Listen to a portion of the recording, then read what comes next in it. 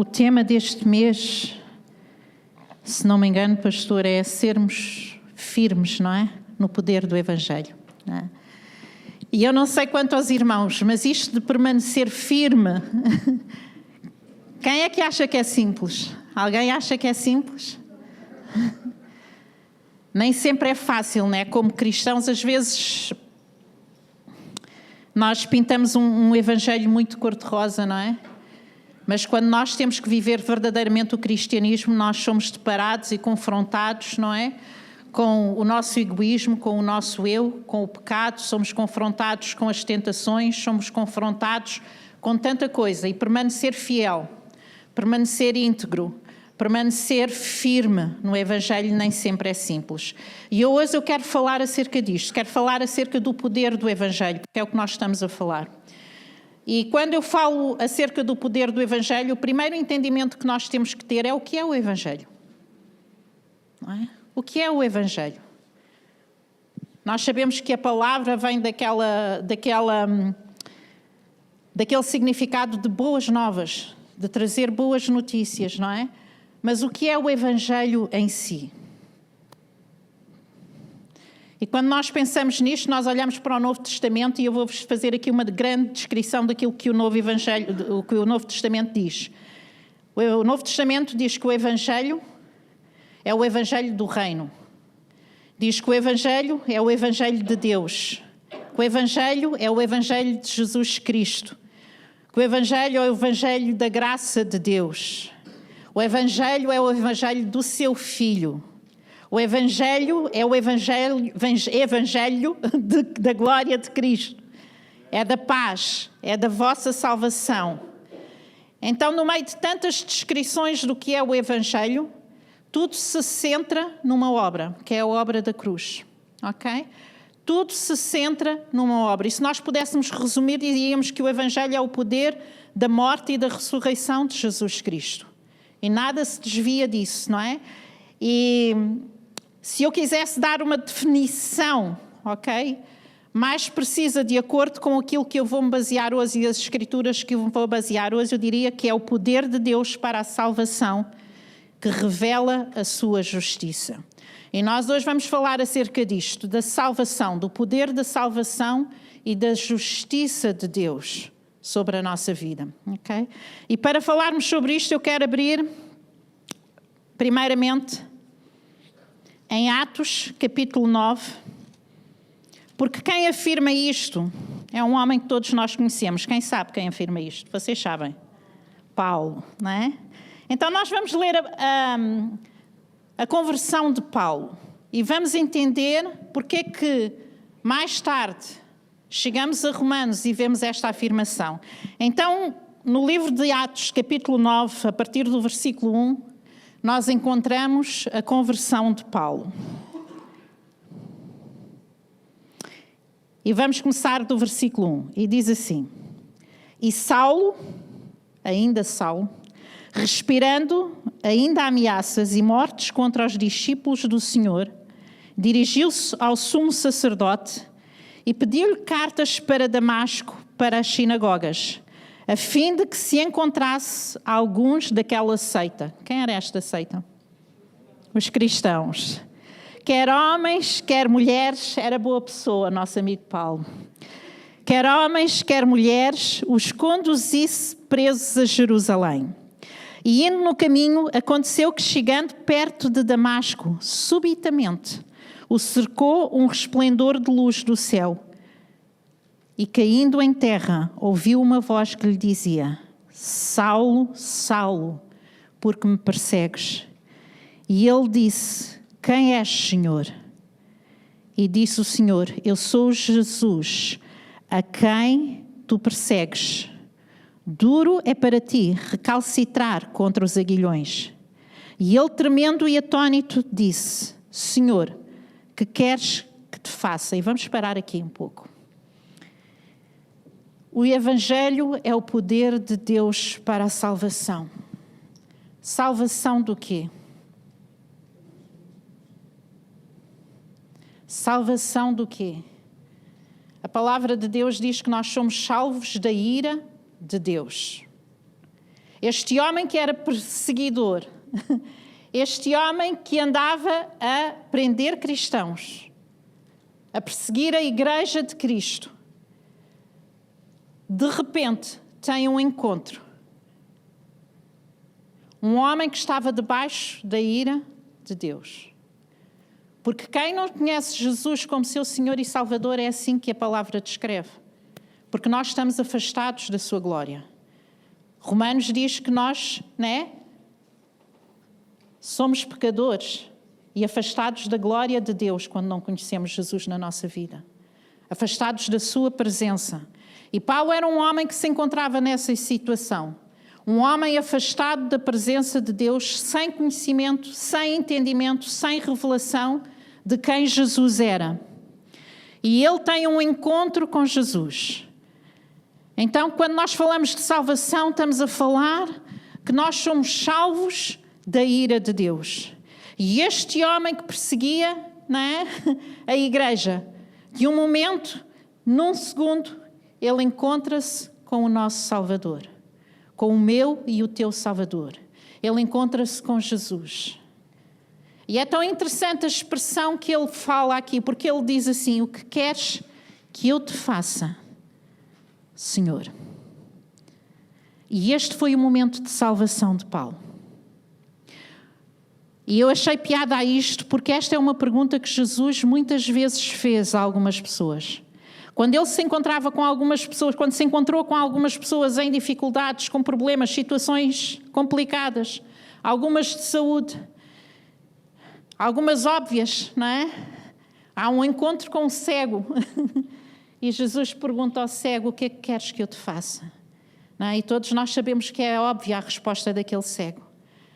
Mas Jesus, quando faz esta pergunta, ele faz esta pergunta sabendo que tinha autoridade para ser a resposta e para ser a solução.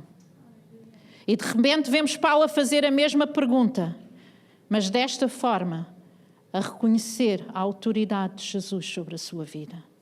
E de um momento para o outro ele passa de ser um homem debaixo da ira de Deus para ser um homem debaixo da bênção de Deus, porque teve um encontro com Jesus.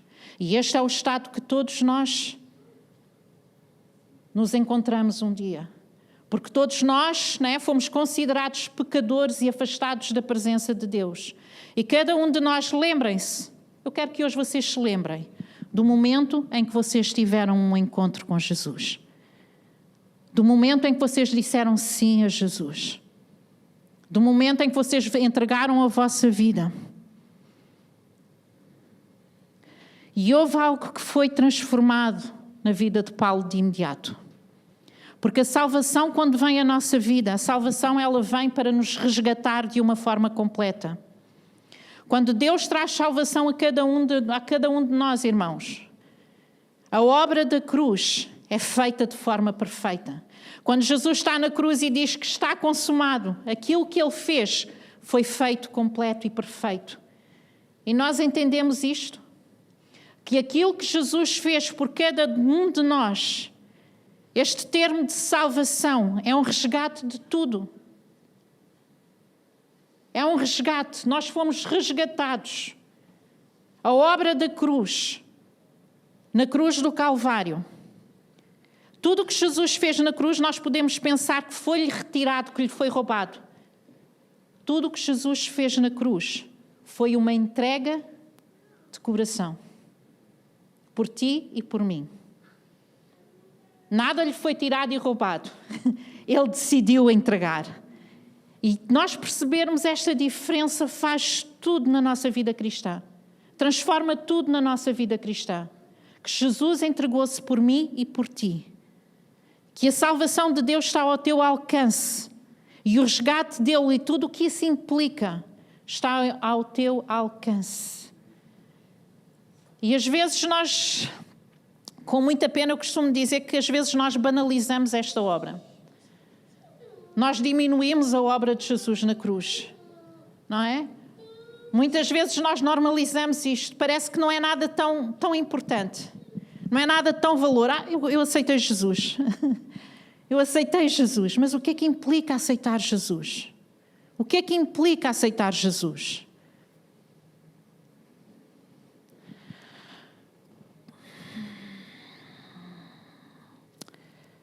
Aceitar Jesus não é simplesmente eu dizer que sou cristão.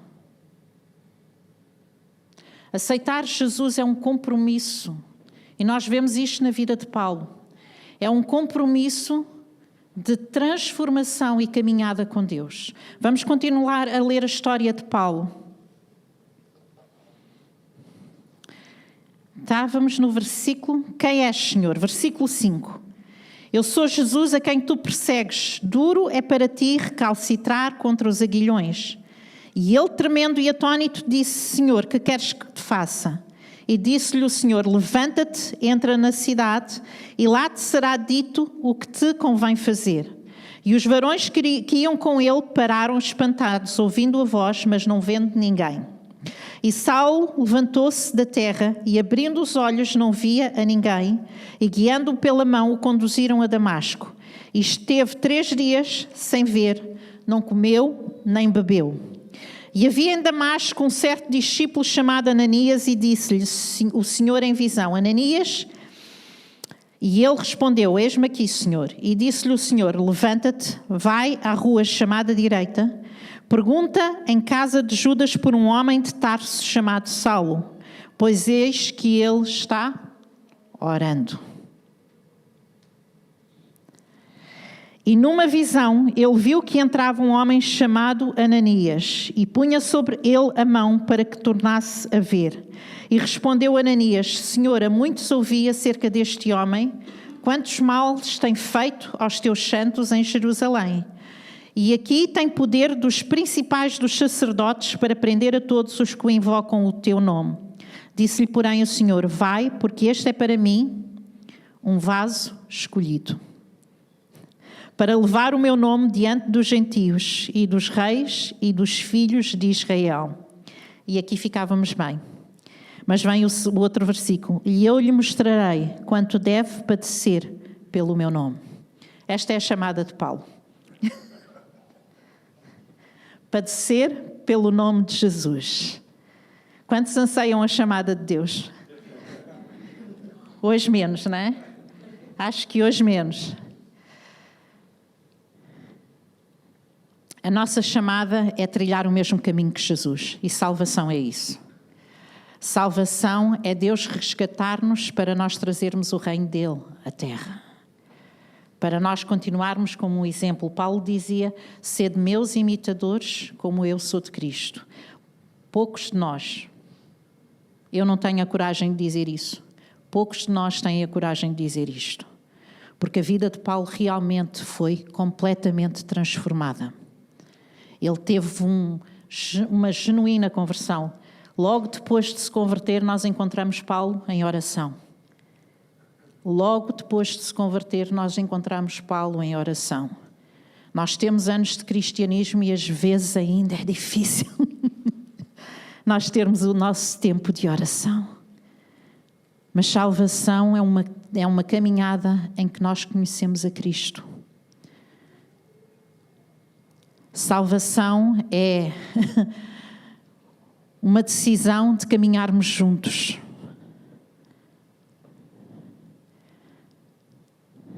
Salvação é a obra da cruz na nossa vida. E a obra da cruz na nossa vida deve produzir algo em nós. Paulo foi justificado, nós somos justificados. E nós encontramos aqui Paulo a ser chamado. Momento de glória, não é? O que é dito? Que ele foi escolhido para, já me perdi aqui nos versículos, levar o meu nome diante dos gentios, dos reis e dos filhos de Israel. Oh, que bom!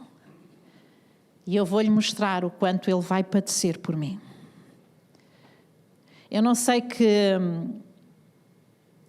Eu cada vez sinto que a igreja está mais distante deste evangelho. Cada vez sinto que a igreja busca mais aquilo que Deus pode dar do que aquilo que eu posso fazer por Ele.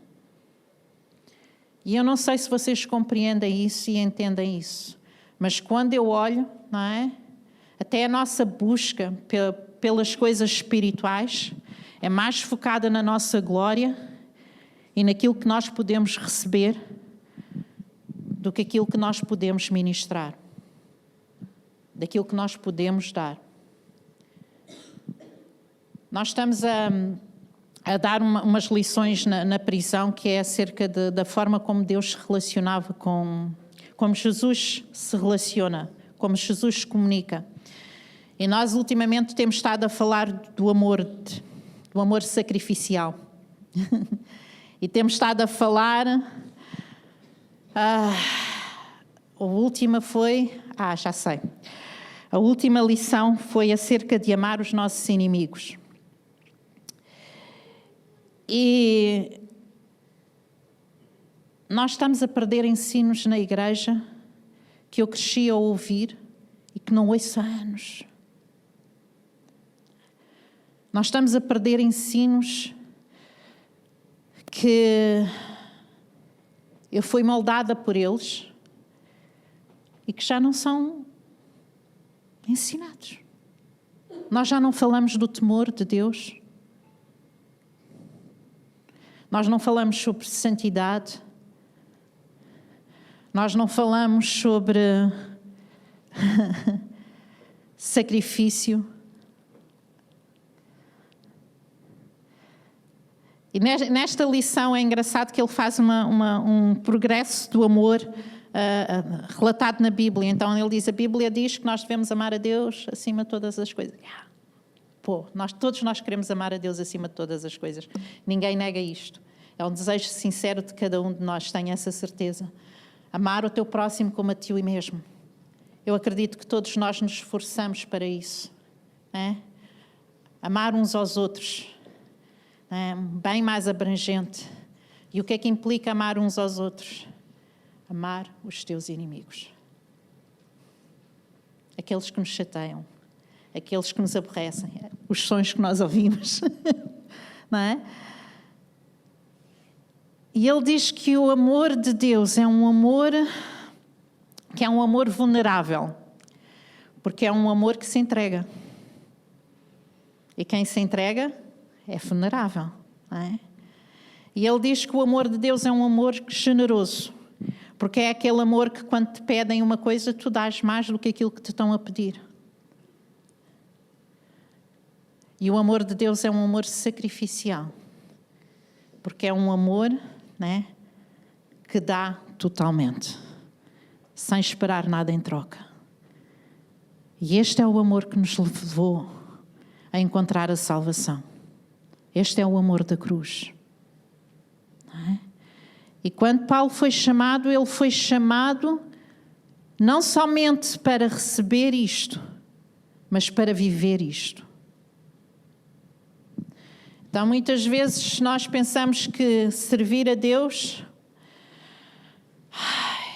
E houve durante muitos anos um ensino, né? Não tenho nada contra o ensino, eu tenho contra o exagero do ensino.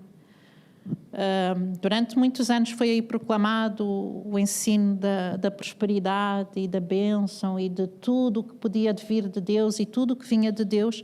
Irmãos, quando eu olho para o Evangelho e quando eu olho para os discípulos, quando eu olho para os apóstolos, a vida deles foi vida de sofrimento. Quem quer sofrimento? Vou virar. Quem quer servir a Deus? Aleluia! Vais ter sofrimento.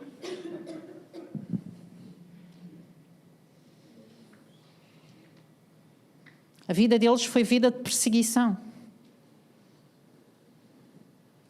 Quem quer perseguição? Eu vou-te dizer uma coisa, se verdadeiramente tu estiveres a servir a Deus de todo o teu coração e se estiveres a anunciar o Evangelho, tu vais receber perseguição.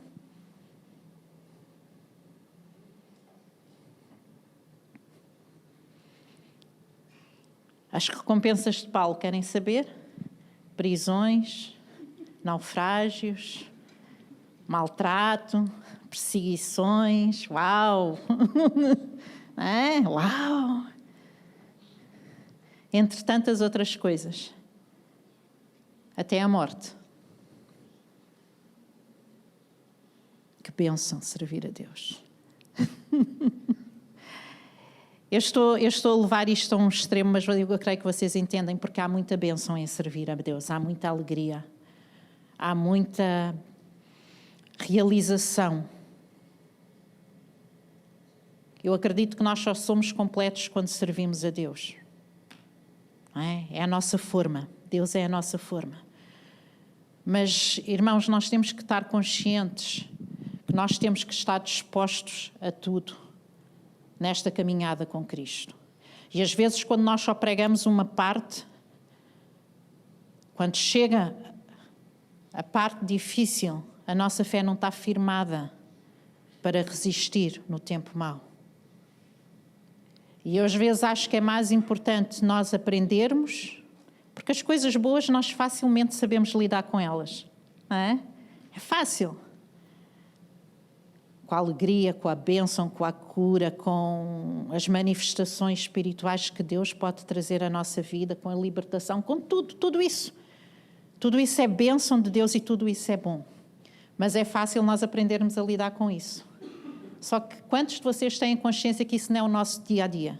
E que o teu dia-a-dia é lá fora, em que a tua fé é provada, em que a tua crença é provada, em que a tua salvação...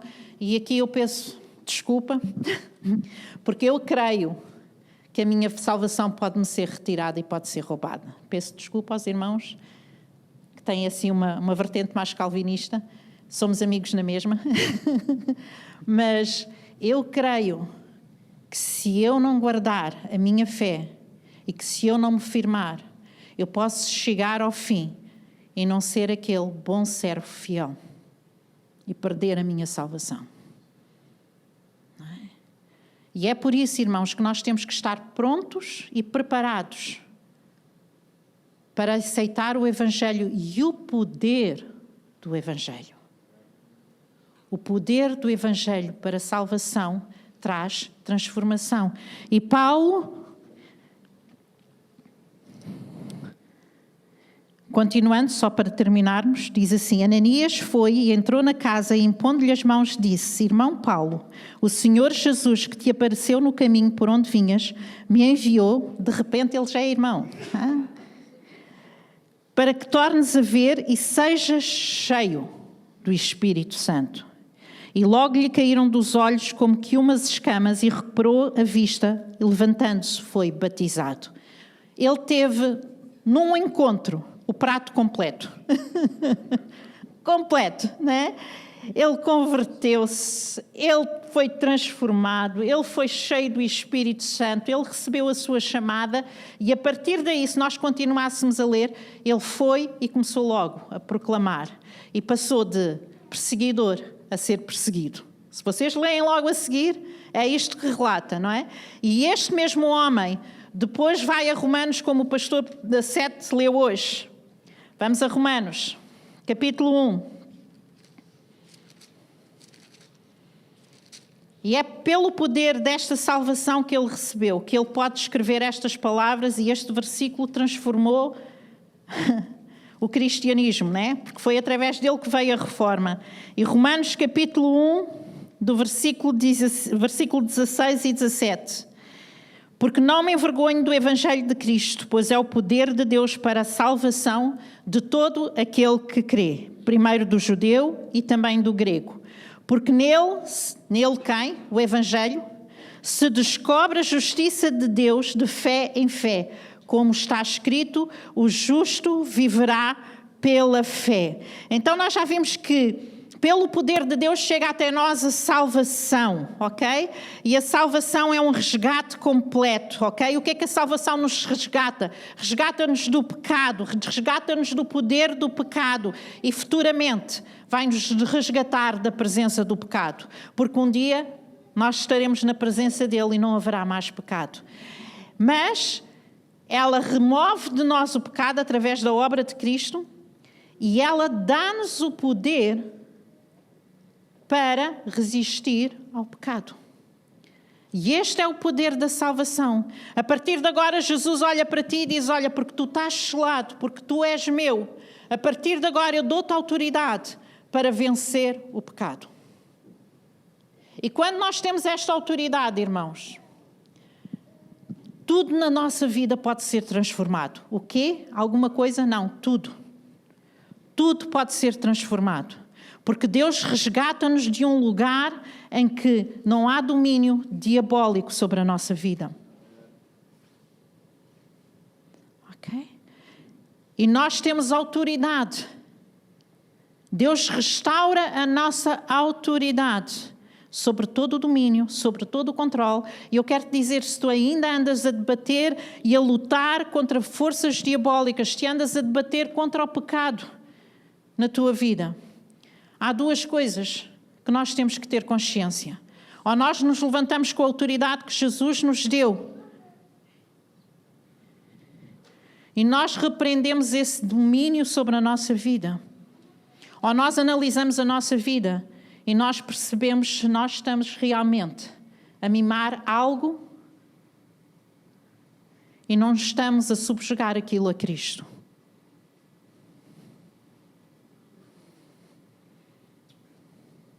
Porque há sempre a nossa vontade. Há sempre a nossa vontade. Não é? Mas a palavra de Deus,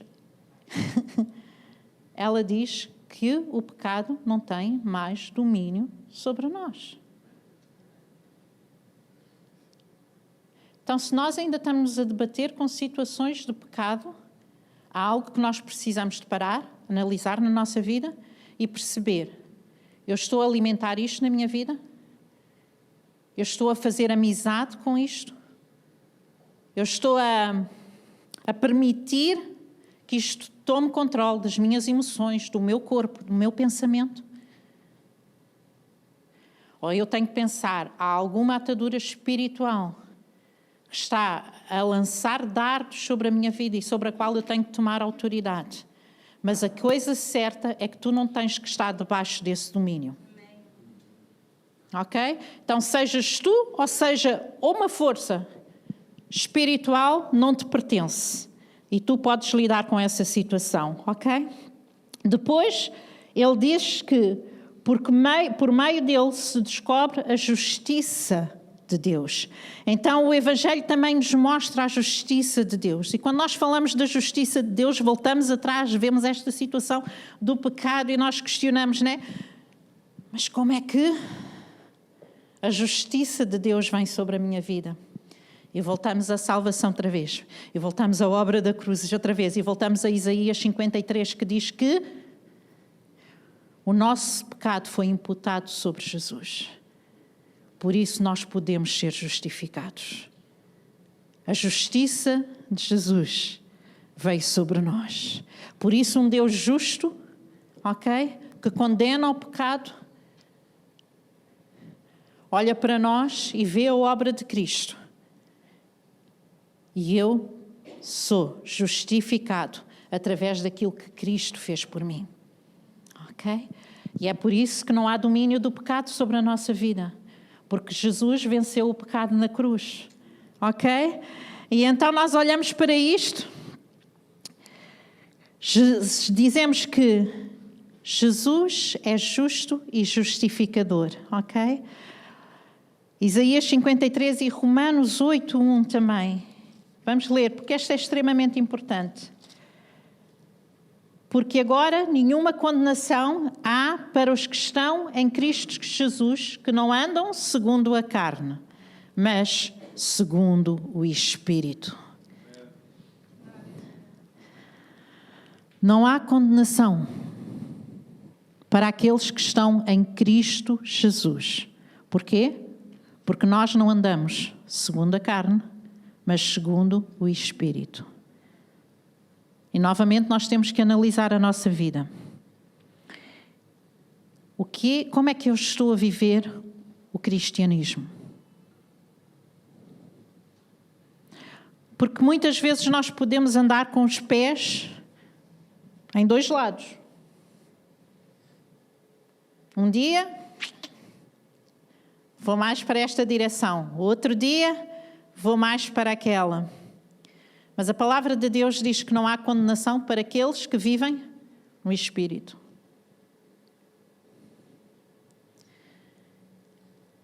Eu não sei, mas eu quando olho para a palavra e quando eu começo a ler estes versículos, eu digo assim, Senhor, é uma responsabilidade tão grande da minha parte. Nós pensamos que ser cristão não é ser responsável, é uma responsabilidade enorme. É uma responsabilidade enorme. E nós, como meninos crescidos e meninas crescidas, não é? Nós temos que agarrar a palavra de Deus na sua totalidade. Não há escolhas na palavra de Deus. Eu no outro dia dizia, mesmo sabendo que há coisas que eu ainda não percebo na palavra de Deus. Há coisas na palavra de Deus que eu ainda digo, Deus, mas porquê que tem que ser assim? Mas porquê que é assim? E somos sinceros. Alguns de vocês também pensam a mesma coisa, de certo. Não é? Mas a palavra de Deus é a autoridade sobre a minha vida. Ou eu vou andar a oscilar entre a minha carne e o Espírito. Porquê?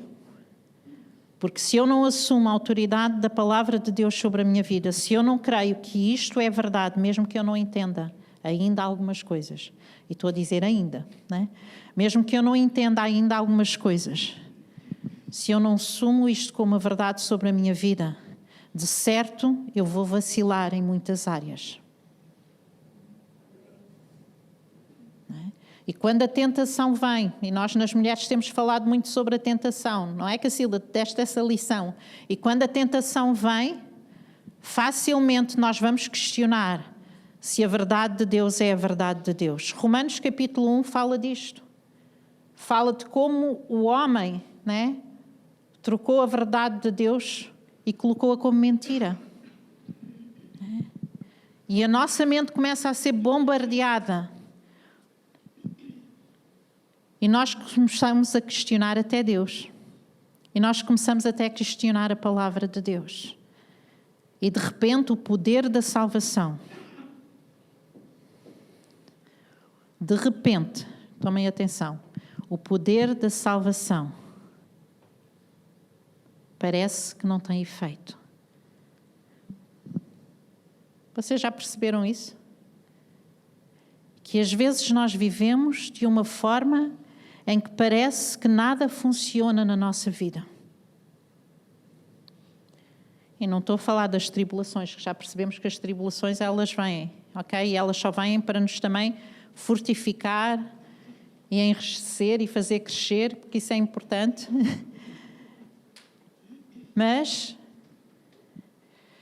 se nós vacilarmos, irmãos, se nós não formos firmes na nossa fé, porque Romanos, quando nós lemos, diz que não somente mostra, o Evangelho não somente mostra a justiça de Deus, ok? Então o Evangelho prova que tu és realmente justificado, que tu foste resgatado, não é?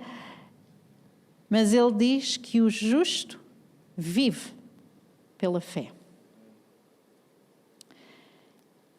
E eu hoje estou, desculpem lá, eu estou nos aspectos todos negativos, hoje. Viver pela fé não é só receber aquilo que Deus tem, porque Deus tem muita coisa. Se tu tens uma dificuldade financeira, eu creio que Deus pode prover essa dificuldade financeira. E é a fé que nos leva a crer nisso. Acredito nisso. Se nós temos uma enfermidade, eu creio que Deus, né, tem poder para curar a enfermidade e é a fé que nos leva a crer nisso.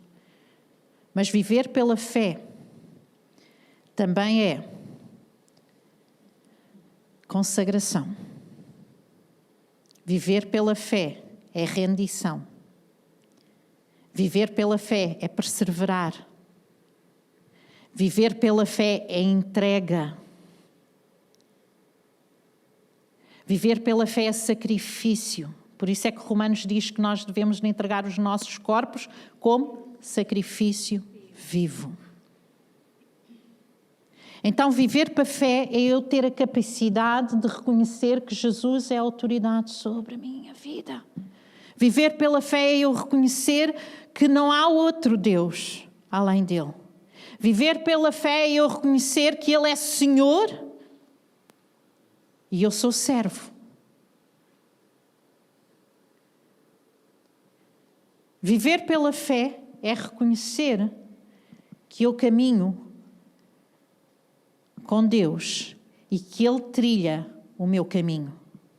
Não pela minha mão, não pela minha força. Viver pela fé é eu levantar-me de manhã e dizer: Deus, o que é que queres que eu faça hoje? Como é que eu devo dirigir o meu dia hoje? Viver pela fé é eu amar o meu inimigo, aquele que me maltrata. É eu dar mais do que aquilo que me pedem. Viver pela fé é eu amar de forma incondicional. E quando nós pensamos nisto tudo, nós pensamos que ainda há muita coisa a trabalhar na nossa vida. Mas é isto, irmãos.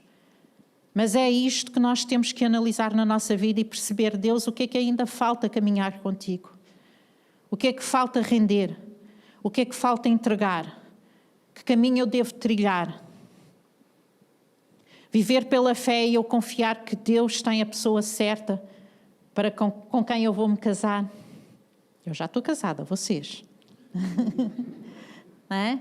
Viver pela fé e eu confiar que Deus está no controle da vida dos meus filhos. Viver pela fé e eu saber que Deus, não é, supre também todas as minhas necessidades. Então, viver pela fé, irmãos, é muito mais do que saltinhos e gritos e dizer que Deus é bom. Viver pela fé é um compromisso em que nós damos a mão a Deus, damos a mão a Jesus e dizer: Senhor, eu preciso que Tu me guies em tudo aquilo que eu faço, em tudo aquilo que eu vivo, tudo aquilo que eu tenho que gerir, tudo aquilo que eu tenho. Eu confio que Tu estás no controle de todas estas coisas. E o que eu estou a querer dizer, irmãos, é que nós temos que trazer Deus para o controle da nossa vida, porque esse é realmente o poder do Evangelho. Nada se transforma na nossa vida se Deus não estiver no controle. Nada se transforma na nossa vida se Deus não estiver no controle.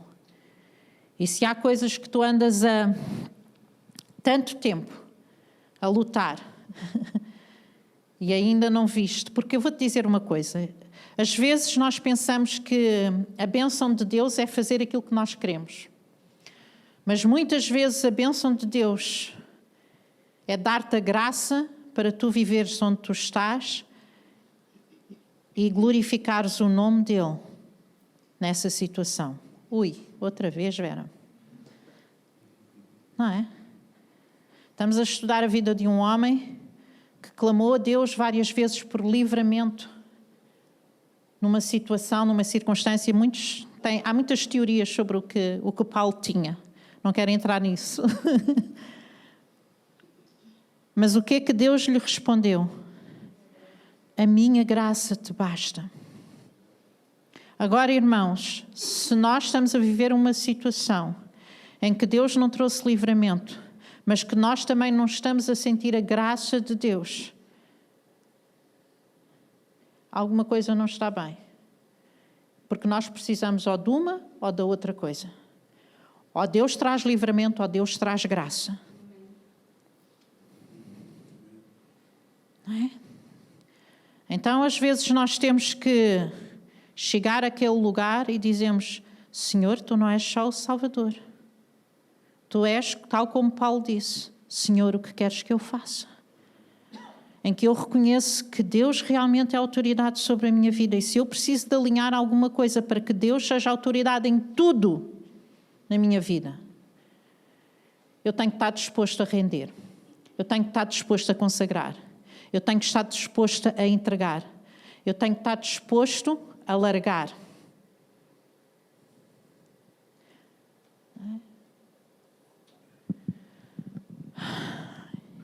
E eu acredito que a igreja passa por tempos, irmãos, em que vai ser tão desafiada, que se nós não tivermos a nossa vivência pela fé realmente firmada na palavra de Deus, facilmente o nosso foco vai se desviar de Jesus. Pequenas coisas vão ser suficientes para a nossa fé enfraquecer, para nós esmorecermos, não é? E este poder ser roubado de nós, porque viver com Cristo é realmente viver em poder. Ter Deus em nós é realmente ter o poder de Deus a manifestar-se na nossa vida. E manifesta-se em todas as áreas, ok? Porque é uma obra completa. Vamos ficar de pé.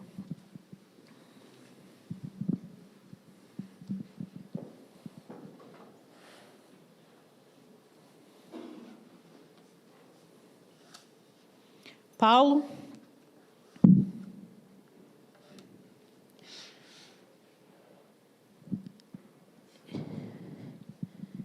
ele recebeu uma ajuda preciosa, porque Deus não o enviou sem ele ser cheio do Espírito Santo.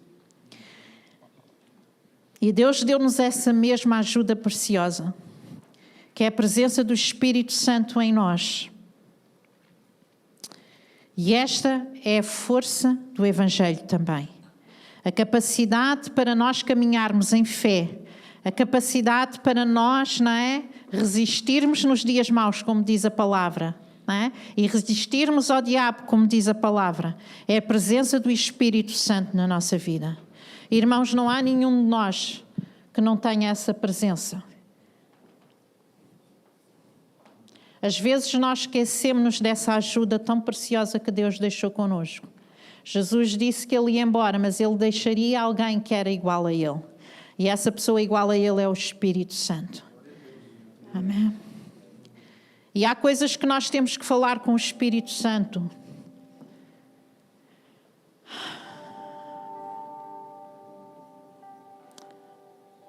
Há coisas que nós precisamos de analisar na nossa vida. E nós temos que reconhecer a autoridade de Jesus sobre nós. Nós temos que reconhecer a autoridade do Evangelho sobre nós. Cristianismo não é eu fazer o que quero e Deus me acompanha.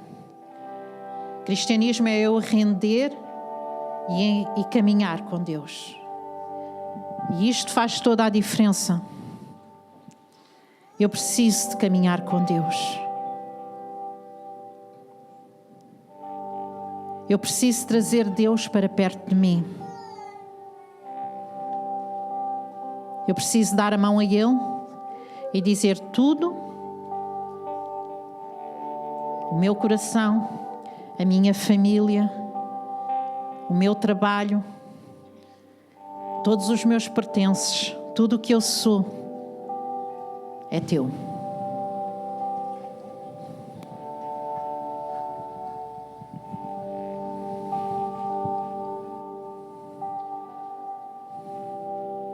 Sabem uma coisa, eu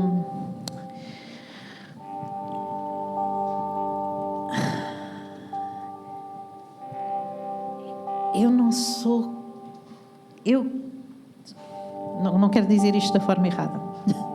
Eu gosto dos apelos, gosto.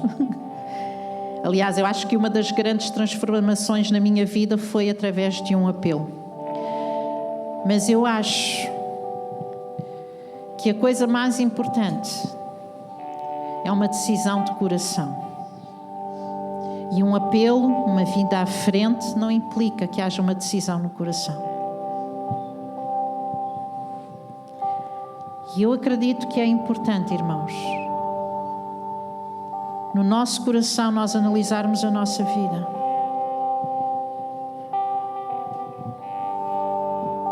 E hoje aquilo que eu vos quero perguntar é: vocês querem o poder do Evangelho? Porque tu podes ter Cristo, podes ter dito sim, mas podes não estar a experimentar o poder do Evangelho. E nós precisamos desse poder em nós. Nós precisamos do Cristo vivificado em nós. Nós precisamos da presença do Espírito Santo que contende com a nossa vida e alinha os nossos caminhos e alinha a nossa vida e aproxima-nos deste amor de Deus incondicional. Este amor de entrega, este amor, de resgate, este amor de libertação que Deus tem pela tua vida. E este amor está aqui presente hoje. Um amor que te resgata, um amor que te livra, um amor que te perdoa, um amor que te liberta. É a presença de Deus neste lugar. Então, nesta manhã, mais do que vir à frente, eu peço que tu analises e digas: Deus, o que é que eu preciso e que não estou a experimentar de ti? O que é que eu preciso e que não estou a viver? E questiona: porquê é que eu não estou a viver isto? Porquê é que eu não estou a experimentar isto?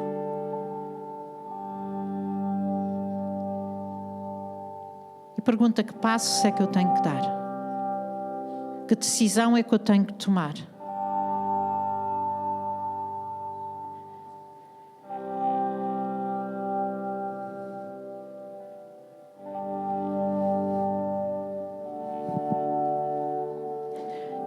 E enquanto nós estamos a entrar neste tempo de louvor, façam essa oração diante de Deus.